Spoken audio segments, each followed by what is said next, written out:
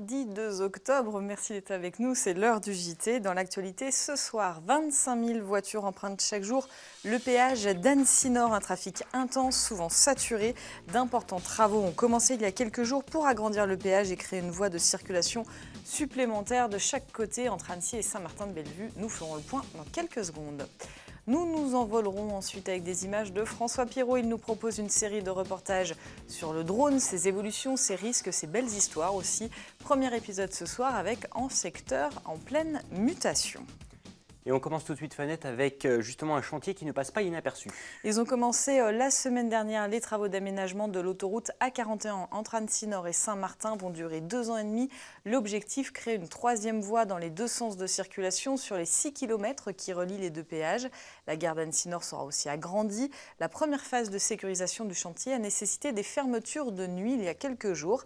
Victoria Lopez a suivi les équipes mobilisées pour le début du chantier. Reportage.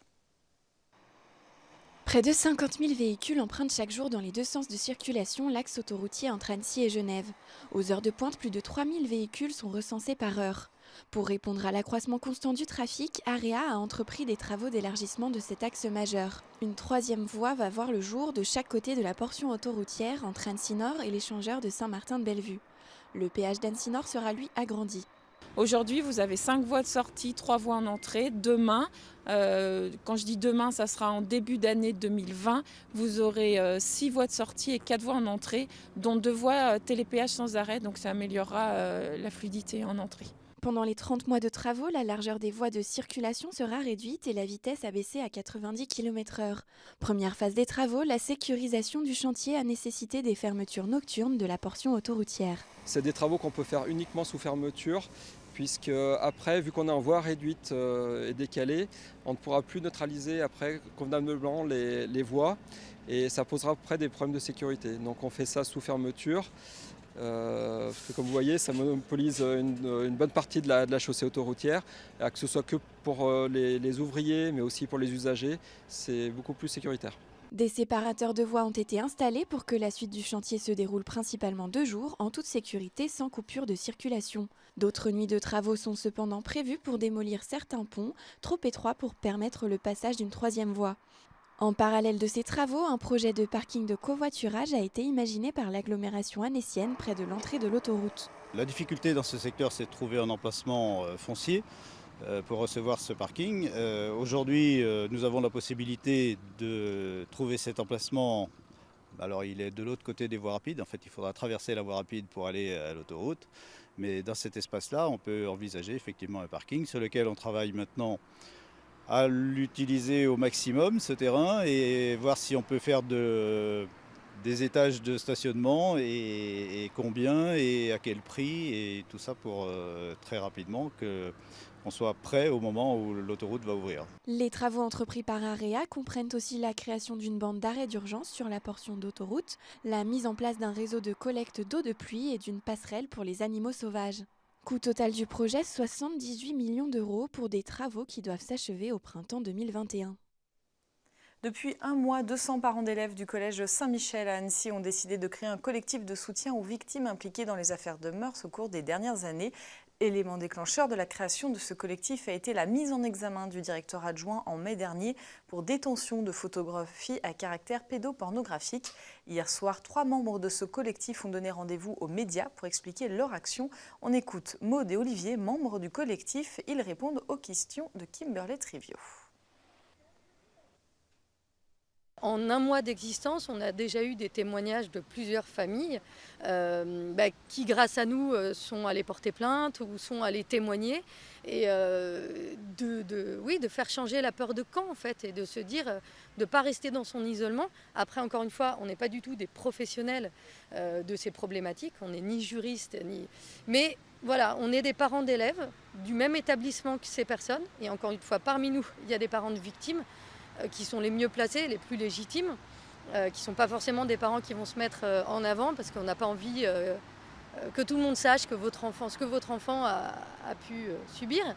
Voilà, donc c'est de libérer la parole et on a créé ce site exprès parce que grâce à Internet, il y a des jeunes qui vont pouvoir aller regarder sur notre site, peut-être entrer en contact avec nous, on les redirigera vers des personnes compétentes, mais au moins ils ne se sentent plus seuls. Ça nous touche profondément parce que évidemment on se dit que potentiellement tout le monde peut être concerné, donc y compris nos enfants.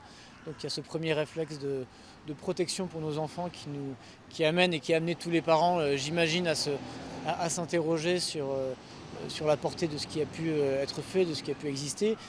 Et ça a mis en lumière le risque potentiel que courent les enfants. J'irais de façon générale, là on ne pointe pas spécialement Saint-Michel, mais de dire que voilà, ça aide à mettre en lumière ce risque, sans dire permanent, mais ce risque qui est bien présent. Et Fanette, on attaque notre série de la semaine. Elle est consacrée aux drones. Le marché a explosé ces dernières années. Les drones, ces petites machines volantes au bruit parfois strident, sont devenus omniprésents autour de nous. Parfois sous le coup des critiques et de la méfiance, ils attirent aussi l'admiration des fans de nouvelles technologies. Alors que peut-on en attendre dans les mois ou années à venir? Premier coup d'œil sur le secteur avec François Pirot.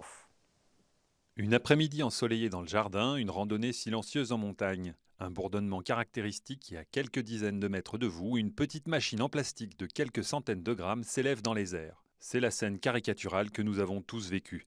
En quelques années, le drone est devenu le gadget incontournable des sapins de Noël ou des grands voyages. Sur la seule année 2017, c'est plus de 500 000 appareils qui ont été vendus, 60% d'entre eux au moment des fêtes. Là, moi je pense qu'à ce moment-là, il y a eu un boom qui a ramené plus des gens passionnés et vraiment déjà un peu geek dans l'esprit, mais du grand public, vraiment grand public. Voilà, tout le monde. Bon, beaucoup doivent finir au fond d'un lac ou dans la montagne ou dans un placard. Hein. Et au fur et à mesure, on voit que ça tend de plus en plus vers la professionnalisation, avec des clients qui sont de plus en plus à travailler dans l'immobilier, dans la photogrammétrie, les géomètres aussi qui sont beaucoup dans le dossier parce que ça leur permet de travailler rapidement, facilement.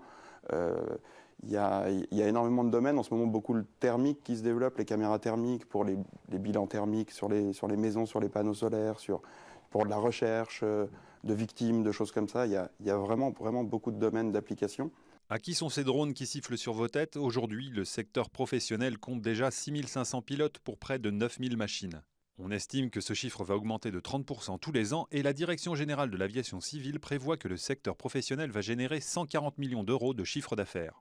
La mode du drone de loisirs s'essoufflerait-elle? Les fabricants ont déjà anticipé cette tendance. Exemple chez Sensefly à Lausanne, division du fabricant français Parrot et qui produit des ailes volantes survitaminées en nouvelles technologies. On a créé ce qu'on appelle un groupe end-to-end pour le drone. Donc on fait le drone, donc l'aile fixe ou le quadricoptère.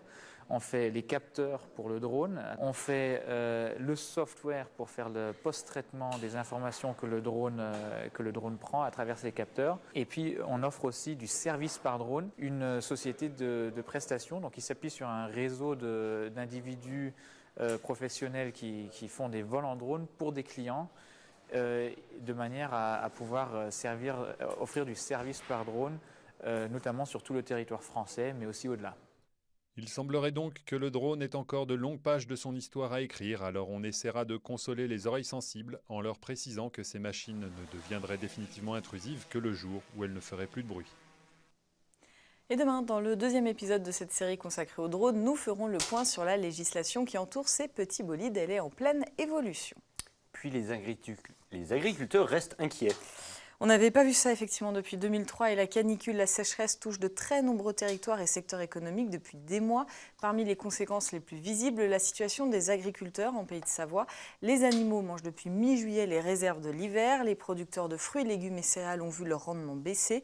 La Chambre d'agriculture travaille donc avec la préfecture pour la reconnaissance de calamités agricoles. On écoute Christophe Léger, premier vice-président à la Chambre d'agriculture.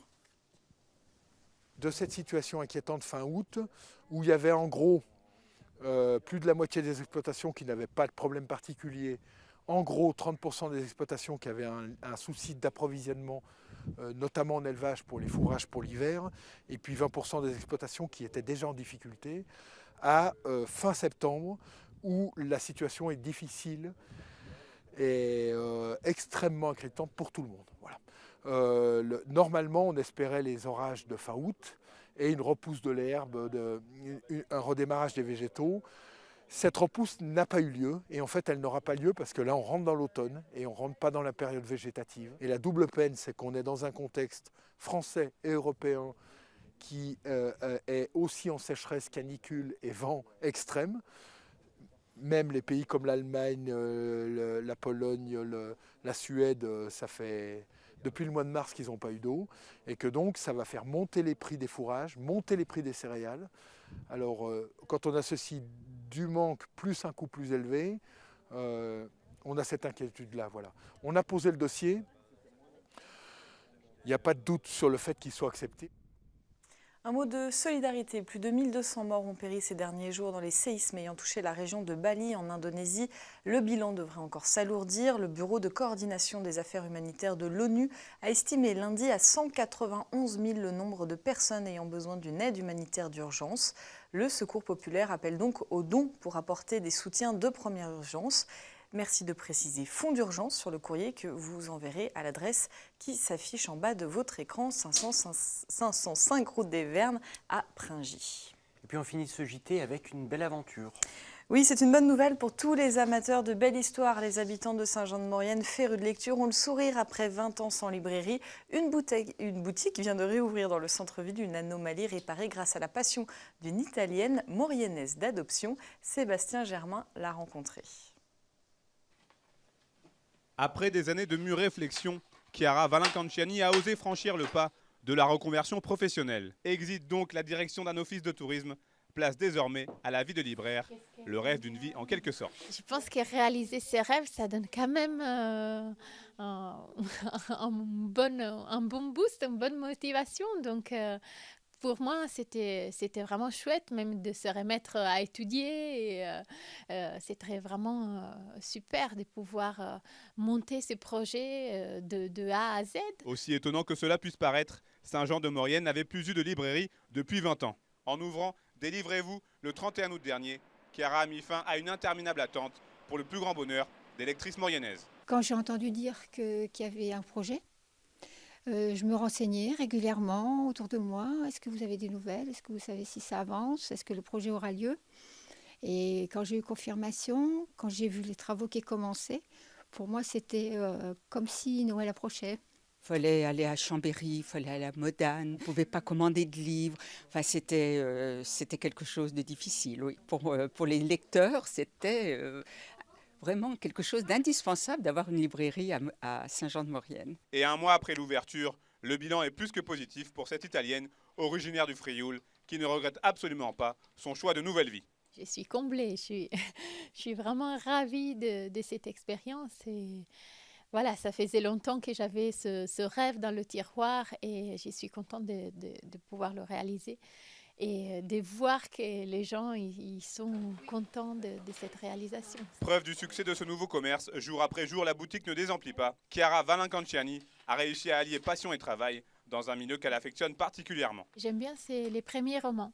Donc voilà, j'aime bien découvrir des petits auteurs qui seront des grands auteurs. On part sur ce qui nous plaît et puis on a toujours dans la tête nos clients. Moi, quand j'ai fait mon choix, je vois déjà, ce livre, ça pourrait plaire à telle personne. Et du coup, voilà, j'ai choisi tel livre. Installé place du Forum en plein centre-ville, Délivrez-vous a vocation à devenir un véritable lieu culturel à Saint-Jean-de-Maurienne. C'est la fin de ce JT. Merci à toute l'équipe pour sa préparation. Merci de votre fidélité à l'info sur 8 Mont Blanc. Manu, je te laisse conclure. On se dit rendez-vous demain pour un nouveau journal. Passez une très belle soirée.